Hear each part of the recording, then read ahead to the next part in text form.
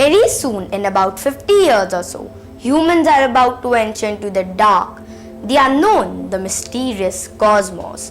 There they will be free from earthly problems like pollution and disease. But space isn't all good and peaceful. It has much more than its fair share of dangers. These include novae, supernovae, hypernovae, black holes, gamma rays, asteroids, comets, and more. My name is Arav Reddy, and through this series, I shall help you understand and appreciate the dangers of the universe. But wait, we shouldn't be afraid of space. Why? Because we have a greater chance of being harmed on Earth than in space. But if something dangerous in space comes in contact with you, you have a very, very low chance of survival. Today we shall be covering novae, supernovae, and hypernovae. So let's start with novae. Novae are basically exploding dead stars. To understand this complex phenomena, you will have to understand a few basics first. Let's talk size for beginners. Did you know that you could fit 1.3 million Earths inside the sun?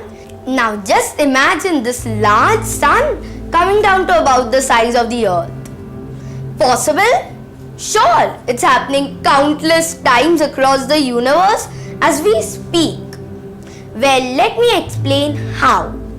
From the time the sun was born, it fused, that is joined, to hydrogen atoms into one single helium atom, therefore releasing a huge amount of energy. And the sun did and still does this countless times every second. This energy pushes outward and balances the force of gravity which pulls inward.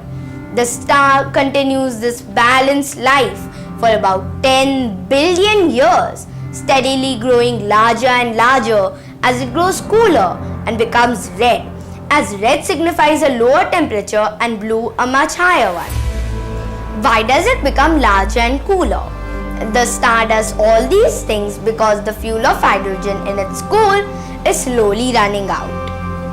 This results in decreased fusion over time, and soon the core shrinks because of gravity, resulting in heating up and causing helium to fuse into carbon. Why does fusion stop when it reaches carbon? The heavier an element is, the more energy it takes to fuse it. That is, hydrogen is easier to fuse than helium. But, well, the sun just doesn't have that kind of energy, so it stops at carbon.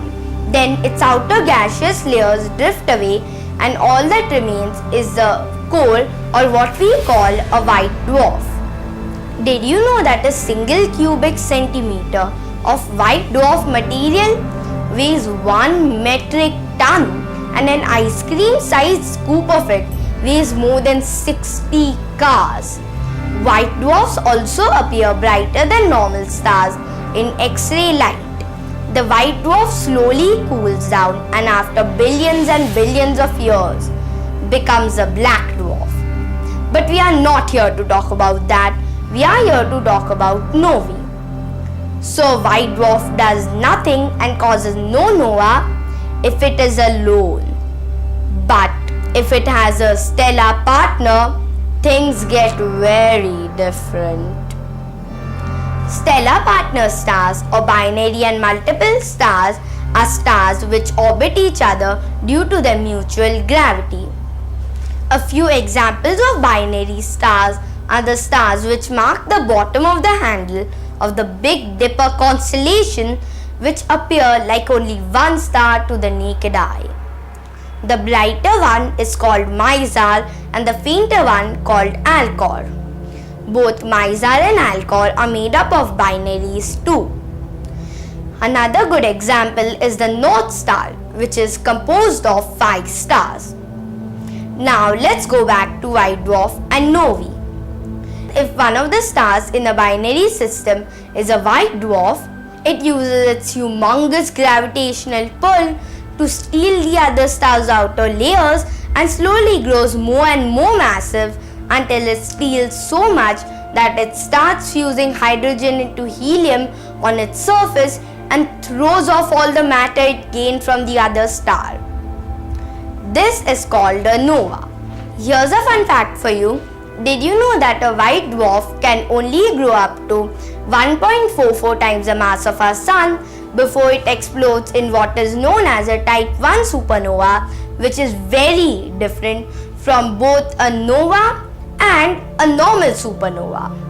But believe me, novae are nothing compared to supernovae, which can outshine an entire galaxy for a fraction of a second.